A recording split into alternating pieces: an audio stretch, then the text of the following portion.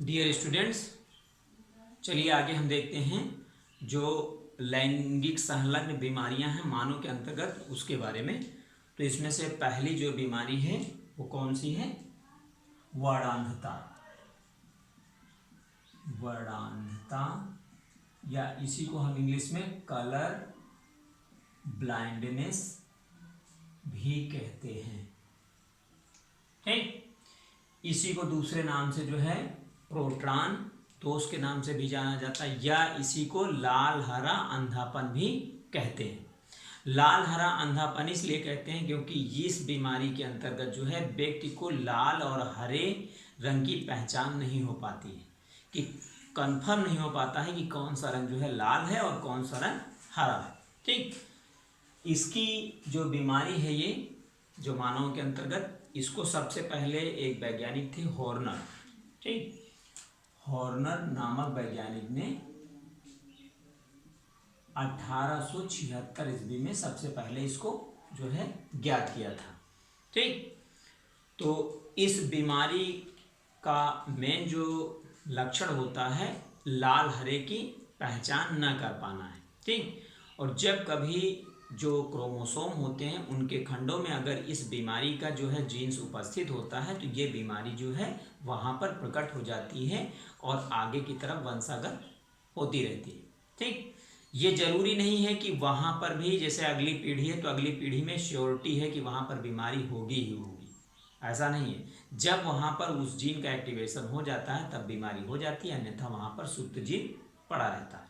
ठीक, अब देखिए इसमें हम देखते हैं कि जो मानवों के अंतर्गत मेल और फीमेल में किस तरीके से ये प्रसारित होती है बीमारी। तो जैसा कि आप जानते हो कि XY जो है क्रोमोसोम मेल में होता है और XX क्रोमोसोम जो है फीमेल में होता है। ये फीमेल में रहेगा क्रोमोसोम और ये मेल में रहेगा। तो यहाँ पर ये निश्चित तौर पर हम कह सकते हैं कि कोई भी बीमारी अगर X पर हो रही है तो ये फीमेल में भी होगी। ठीक, लेकिन अगर कोई भी बीमारी Y क्रोमोसोम पर होने वाली है तो ये निश्चित तौर पर केवल जो है मेल में ही होगी, फीमेल में नहीं होगी। ठीक, क्योंकि फीमेल में जो है कोई भी Y क्रोमोसोम नहीं पाया जाता।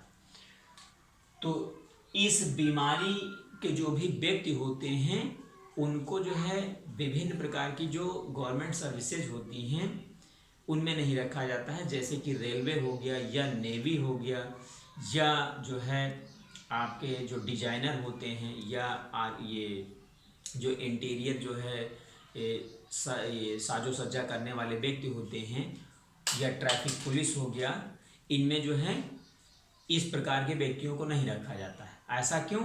क्योंकि इनमें क्या है कि जब भी जो ट्रैफिक हमारी चलती है या रेलवे जो भी हमारी चलती है वो कुछ इंडिकेशन से चलती है। जैसे इनमें जो है 3 प्रकार की जो है बत्तियां पाई जाती हैं, लाल, हरी और पीली।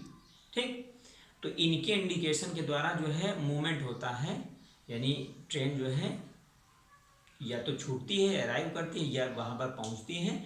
तो अगर यहाँ पर जो है अराइव वाले सिस्टम में या डिपार्चिंग वाले सिस्टम में इस तरीके से वहाँ पर जो है इंडिकेशन जो है दूसरे हो गया तो वहाँ पर हादसा होने की संभावना होती है। इसलिए पहले ही इन लोगों का टेस्ट कर लिया जाता है और अगर इसमें निगेटिव मिलता है तब उनको रखा जाता है, अन्यथा जो है इन्हें बाहर कर दिया जाता है। ठीक, तो इसमें हम देख लेते हैं कि इसका किस तरीके से वंशावली में जो है कैसे बीमारियाँ पहुँचती हैं।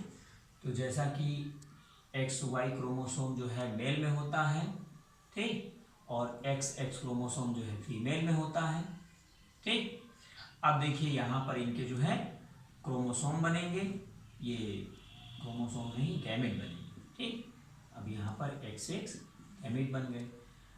अगर हम यहाँ पर किसी भी व्यक्ति को मान लो संक्रमित कर रहे हैं तो यहाँ पर हमने कलर ब्लाइंडनेस के हिसाब से C यहाँ पर पहला लेटर लिख दिया, तो यहाँ पर ये बीमारी दिखाई दे रही है कि इस युग्मक में पहुँच गई है बीमारी। अब देखते हैं आगे क्या है कि इसका हम ग्राफ बना लेते हैं। तो यहाँ पर XX हो गया, यहाँ पर XX हो गया, यहाँ पर XY हो गया और यहाँ पर XY हो गया।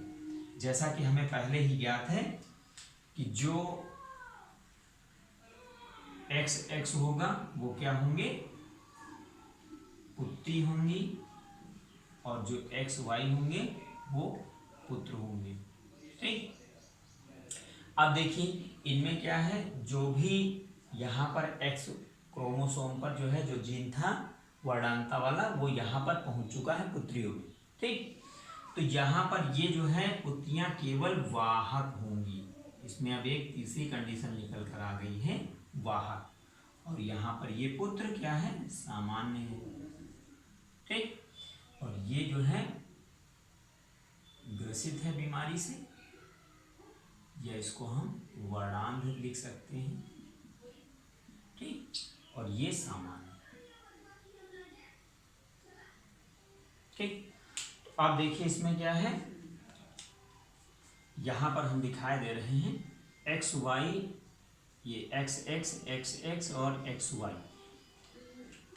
अगर इनकी कंडीशन देख लीजिए, अगर यहाँ पर एक पर जो है ये जीन प्रेजेंट है, अगर दोनों पर प्रेजेंट है तो इसमें एक पर प्रेजेंट है, तो इनको हम क्या डिनोट कर सकते हैं, जैसे एक पर अगर प्रेजेंट है तो इसको हम वाहक कहते हैं, वाहक स्थिति हो गई, और दोनों पर है तो ये क्या है, यानी वर्णांध, वर्णांध। ठीक, और ये वर्णांध पुरुष।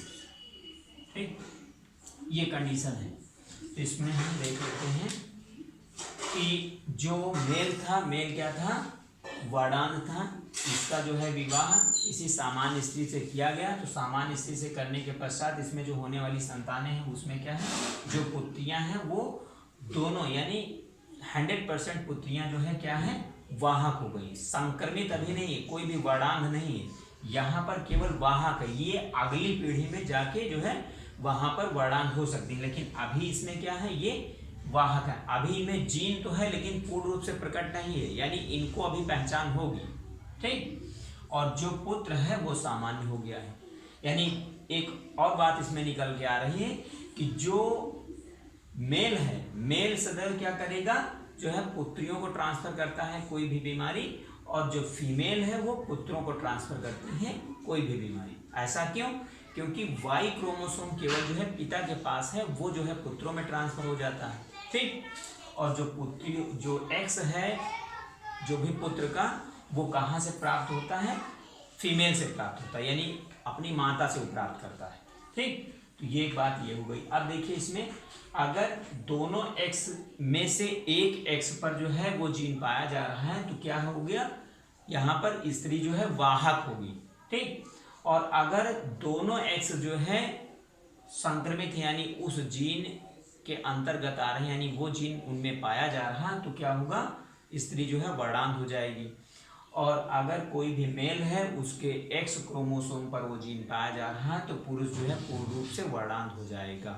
ठीक, तो कहने का कुल मतलब ये है कि ये बीमारी ऐसी है कि जो गुणसूत्र होते हैं, गुणसूत्र के किसी खंड पर जो है वो जीन प्रेजेंट होते हैं, और वो जब जीन प्रेजेंट रहेंगे तो वो गुणसूत्र जब भी किसी भी व्यक्ति में या किसी भी जो भी आने वाली वंशावली है उसमें अगर पहुंचता है तो वहां पर ये बीमारी जो है पहुंच जाती है, यानी ये बीमारी हो जाती।